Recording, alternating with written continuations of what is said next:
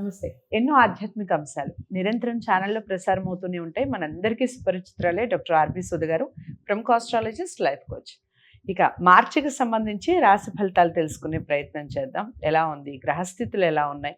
మేషరాశి మొదలు మీనరాశి వరకు వివిధ రాశుల వారికి ఏ విధంగా ఉండబోతోంది ఈ మార్చి నెల? ఈ విషయాలు తెలుసుకునే ముందుగా గ్రహస్థితి ఏ విధంగా ఉందో మేడం మాటలో తెలుసుకుందాం. ప్రతి నెల చెప్తూనే ఉంటాను, మేడంని కలవాలి అనుకుంటే స్క్రీన్ మీద కనపడే నెంబర్కి కాల్ చేయండి, అపాయింట్మెంట్ తీసుకోండి, మీ వ్యక్తిగత జాతకాలని ఒకసారి పరిశీలించుకోండి, తర్వాతని పరిహారం చేసుకుంటే మంచి ఫలితాలు ఉంటాయి. నమస్కారం అమ్మా. ఇక గ్రహస్థితి చెప్పండి ముందు, మనం రాసులకు వెళ్లే ముందు. ఎలా ఉంది గ్రహస్థితి? బాగానే ఉందంటారా ఈ మార్చి మాసంలో? ఎవరికి అనుకూలంగా ఉంది, ఎలా ఉంది చెప్పండి. అదే మార్చి మాసం మోస్ట్ ఇంపార్టెంట్ చెప్పాలి అంటే ఏంటంటే 6 గ్రహ కూటమి జరగబోతోంది. ఎప్పుడు మార్చ్ 29ని. అది చాలా చాలా మేజర్, అంటే వన్ ఆఫ్ ద షష్టం, తర్వాత చంద్రుడు పక్కకి వెళ్ళిపోతే పంచ అంటే ఒక 1 మంత్ వరకు అలాగే అందులోనే ఉంటాయి. అదొకటి కాకుండా చాలా ప్లానెట్స్ ఏంటంటే రిట్రోగ్రేడ్ అయ్యేవి ఏమో డైరెక్ట్ అవుతున్నాయి. అలాగే మెర్క్యూరీ రిట్రోగ్రేడ్ అవుతోంది, వీనస్ రిట్రోగ్రేడ్ అంటే వక్రిస్తున్నారు. మోస్ట్ ఇంపార్టెంట్ ట్రాన్సిట్ మార్చ్లో మనకి ఏంటంటే శనిగ్రహం మనమేమో కుంభం నుంచి ఇప్పుడు మీనానికి వెళ్తుంది అనమాట. అది మోస్ట్ ఇంపార్టెంట్. ఇంకోటి ఏంటంటే మార్స్ మనకి కుజుడు మనం అంటూనే ఉన్నాం, స్తంభించిపోయి ఉన్నాడు, మనం చెప్తూనే ఉన్నాం అది కంటిన్యూస్గా. కానీ ఏంటంటే ఆయన రిట్రోగ్రేషన్ నుంచి డైరెక్ట్ అవుతున్నారు అనమాట, డైరెక్ట్ అయిపోయారు. సో ఇంకా జూపిటర్ కూడా మనం లాస్ట్ మంతే మాట్లాడుకున్నాం, మనకి డైరెక్ట్ అయిపోయారు, ఆయన వృషభంలోనే ఉన్నారు. ఇప్పుడు శని ఏమో రాహుతో కలుస్తున్నారు, అంటే మీనంలో కలుస్తున్నారు. అదొకటి కాకుండా మనకి సన్ అంటే మోస్ట్ ఇంపార్టెంట్ ప్లానెట్ కదా, సూర్యగ్రహం కూడా మనకి మార్చ్ 14కి మీనానికి మూవ్ అవుతున్నారు. సో దాంట్లోనే ఇప్పుడు ఏంటంటే మనకి మెర్క్యూరీ ఉన్నారు, వీనస్ ఉన్నారు, అందరూ ఉన్నారు. సో మెర్క్యూరీ ఏంటంటే కంబస్ట్ అవుతుంది. సో కొంత బిజినెస్ పరంగా మనం చూసుకున్నామంటే ఒడిదుడుకులు అనేవి చాలా ఎక్కువ కనిపిస్తుంది ఈ మంత్ అనమాట, ఎస్పెషలీ బిజినెస్ పీపుల్కి. అదొకటి కాకుండా రాహు మనకి తెలుసు మీనంలోనే ఉన్నారు, అలాగే కేతు మనకి కన్యలో ఉన్నారు. ఈ నెల అంతా అందులోనే ఉంటున్నారు అనమాట. అండ్ చంద్రుడు మనకి తెలిసిందే, ఎప్పటికైనా 2 రోజులకు ఒకసారి మారుతూ ఉంటారు రాశి. కానీ మోస్ట్ ఇంపార్టెంట్ ఇంకా ఈవెంట్స్ ప్లానెటరీ అంటే మనం ఎప్పుడు స్కైని చూస్తూ ఉంటాం, అంటే మనకి కొంచెం లెసన్స్ కావాలన్నా లేకపోతే గైడెన్స్ కావాలన్నా మనం ఎప్పుడు స్కై అంటే యూనివర్స్ని చూస్తూ ఉంటాం, అంటే అప్పర్ యూనివర్స్ మనం చెప్తూ ఉంటాం.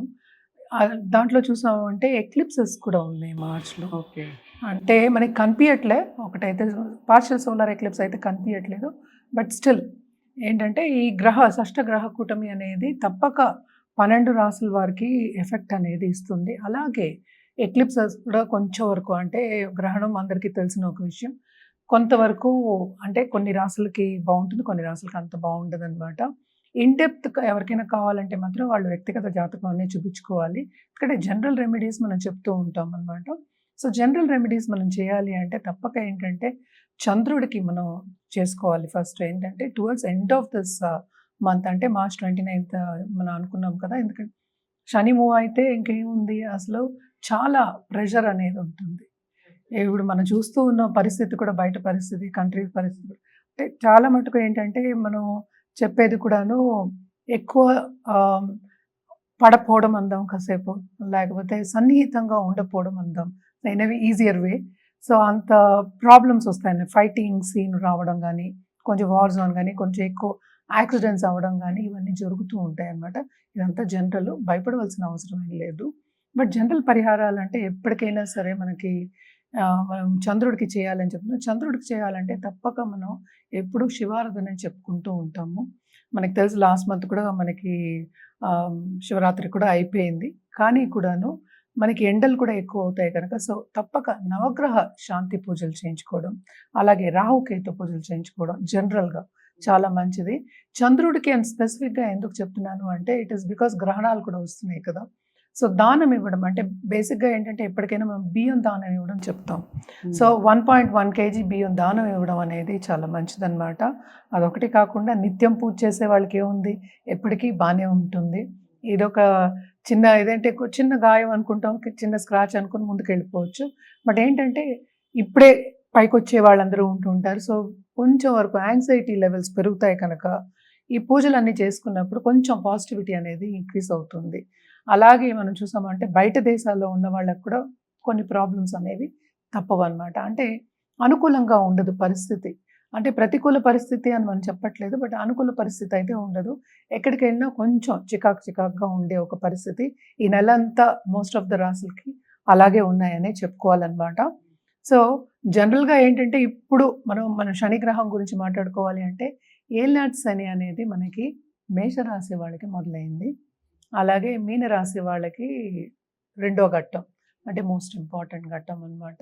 అలాగే కుంభరాశి వాళ్ళకి లాస్ట్ ఘట్టం ఉంది. సో, ఇవన్నీ ఉన్నాయి. అదొకటి కాకుండా శని, రాహు కలయిక ఉంది.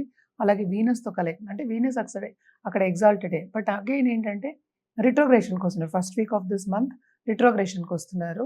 అలాగే మెర్క్యూరీ ఏమో కంబస్ట్ అవుతున్నారు. అంటే సన్‌తో పాటు కలిసున్నారు కదా! సో, కొంత కంబషన్ పీరియడ్ ఉంది. ఆయన కూడా ఏంటంటే రిట్రోగ్రేషన్ 15th మార్చ్ అంటే second half of this month రిట్రోగ్రేషన్‌కెళ్తున్నారు. సో, తప్పక ఏంటంటే మనం చదువులో కొన్ని అడ్డంగాలు అంటే ఎగ్జామినేషన్ ఇచ్చిన వాళ్ళకి అనుకున్న రిజల్ట్స్ రాకపోవడం గానీ, అంటే కొన్నిసార్లు ఏంటంటే అస్సలు మనం చేసిన శ్రమకి తగిన ఫలితం అనేది రాకపోవడం అనేది చూడొచ్చు ఈ నెల. సో, అందరికీ ఈ మంతే రిజల్ట్స్ వస్తాయని లేదు. మనం మాట్లాడుకునేది ఈ మంత్ వరకే. అంటే ఒక 31 రోజులు అనుకుందాం. 31 రోజుల వరకే. మళ్ళా నెక్స్ట్ మంత్ గురించి మనం అవన్నీ లైఫ్ ఎక్స్టెండ్ అవుతుంది గనక రోజువారీ మన జీవితం మనం చేసుకుంటూ ఉండాలి. సో, మనం పరిహారాలు చేసుకుంటూ ముందుకు సాగాలి. తప్పక పరిహారాలు చేయాలి అనేది లెక్క అనమాట. సో, ఎస్పెషల్లీ ఈ ఎక్లిప్సెస్ కూడా చేసుకోవాలనమాట. అందుకని రాహుకేతు పూజలు చేసుకోవడం అనేది చేస్తూ ఉంటాం. ఎక్లిప్సెస్ వచ్చినప్పుడు మాత్రం మనం ఏంటంటే ఎక్లిప్స్ టైంలో మనం తినం. మనకి అందరూ చేసే ఒక కార్యక్రమమే అది. దర్భ వేసి దాని మీద అప్పుడు పాతవన్నీ వాడడం. అండ్ ఇదివరకైతే ఇల్లు కడుక్కోవడాలు, ఇవన్నీ శుభ్రం చేసుకోవడాలు అన్నీ చేసేవాళ్ళు. ఇప్పుడు పాటిస్తారు. అండ్ గుళ్ళు కూడా మూసేస్తారు. కానీ ఈ కాలంలో అంత కడుక్కునే అంత ఇది లేదు. కానీ కొంచెం ఇల్లు శుభ్రం చేసుకోవడం మంచిది. అట్‌లీస్ట్ దేవుడి గది అయినా ఇవన్నీ శుభ్రం చేసుకోవడం మంచిది. చాలా చక్కగా వివరించారు. ఇంకా గ్రహస్థితి గురించి తెలుసుకున్నాం కదా! ఒకసారి పాటించే ప్రయత్నం చేయండి. అన్ని రాసుల వారికి ఇది వర్తిస్తుంది.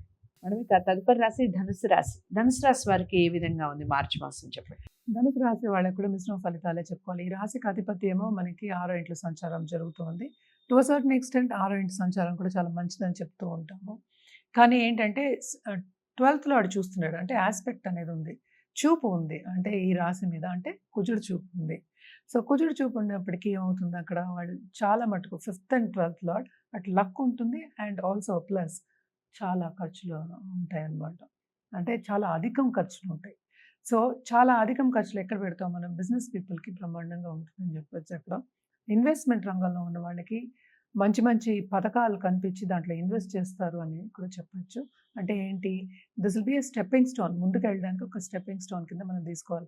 మనం మాట్లాడుకునేది కూడా ఒక 31 రోజుల గురించే. సో, మార్స్ చూపు ఉంది గనక వాళ్ళేంటంటే చురుగ్గా పనిచేసే ఒక అవకాశం అనేది కనిపిస్తోంది. వీళ్ళకి చెప్పేదేంటంటే తొందరపాటు నిర్ణయాలు మాత్రం చేయొద్దు. ఎందుకంటే 2 మేజర్ గ్రహాలు మనకి వీనస్ ఎగ్జాల్టేషన్ 4th హౌస్‌లో ఉంది. సో, అటు కంఫర్ట్ లెవెల్ ఉంటుంది. కానీ ఈ రాశికి అధిపతి ఏమో 6వ ఇంట్లో ఉన్నారు. సో, తప్పుడు నిర్ణయాలు తీసుకునే ఛాన్సెస్ కొంచెం కనిపిస్తున్నాయి కనుక జాగ్రత్తగా ఉండండి. అలాగే ఏంటంటే 7th మార్స్ కనుక తప్పక వీళ్ళు ఎవరికైనా డబ్బిస్తే మాత్రం తిరిగి రావడం అనేది కొంచెం కష్టమే. అంటే లోన్స్ అనేది తీసుకోవద్దు. అలాగే ఇవ్వద్దనే చెప్తాం. కానీ లోన్స్ తీసుకోకుండా ఈ కాలంలో బిజినెస్ రన్ అవ్వదు కనుక తప్పక తీసుకునే ఛాన్సెస్ ఉన్నాయని చెప్పడం అనేది జరుగుతుందనమాట. సో, వీళ్ళకి కెరియర్ పాత్ మాత్రం బావుంటుంది. And second and third lord 4థ్‌లోకి వెళ్తున్నారు. అంటే ఏంటి మనకి శని గ్రహం last towards end of this month 4వ ఇంట్లోకి జూపిటర్ ఇంట్లోకి మూవ్ అవుతున్నారు. అంటే మీనంలోకి. సో, తప్పక వీళ్ళకి ఏంటంటే ఫైనాన్షియల్ స్టేటస్ ఇంప్రూవ్ అయ్యే ఛాన్సెస్ ఎక్కువ అంటే సూచనలు కనిపిస్తున్నాయి. సో, బ్రహ్మాండంగా వీళ్ళకి డబ్బొచ్చే సూచనలు కనిపిస్తున్నాయి. అంటే ఎస్పెషల్లీ బిజినెస్‌లో. సో, అండ్ ఆల్సో లాటరీ టికెట్లు కూడా కొనుక్కోవచ్చు వీళ్ళు. Towards end of this month బావుంటుందని చెప్పుకోవాలనమాట. ఎందుకంటే వీనస్ కూడా ఎగ్జాల్టేషన్ అంటే 11th లార్డ్ ఎగ్జాల్టేషన్. ఇంకేం కావాలి? తప్పక బావుంటుంది అని చెప్పాలనమాట. లక్ ఫేవర్ అవుతుంది. సో, ఇవన్నీ సూచినప్పటికీను వీళ్ళకి పరిహారాలు చేయడం అనేది వెరీ, వెరీ ఇంపార్టెంట్. పరిహారాలంటే ఏం చేయాలి అంటే మనకి తెలుసు ఆల్రెడీ మనకి గ్రహణాలు వస్తున్నాయని చెప్తూ ఉన్నాం. ఈ రాశికి అధిపతి మనకి గురువే అయ్యారు. మీన రాశికి అధిపతి గురువే అయ్యారు కనుక ఫస్ట్ గురు కాళ్ళు పట్టుకోవడం వెరీ ఇంపార్టెంట్.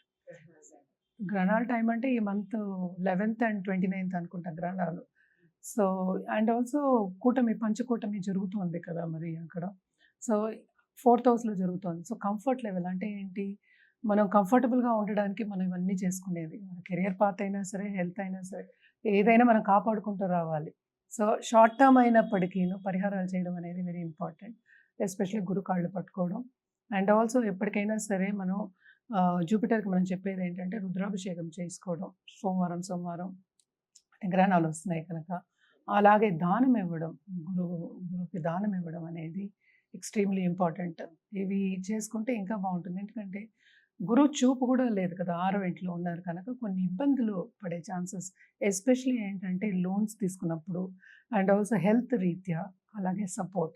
అంటే ఏంటి నలుగురు మనకి సపోర్ట్ చేస్తే ఒక కార్యం అనేది జరుగుతుంది గనక తప్పక ఇవన్నీ చేసుకుంటే ఇంకా బావుంటుంది.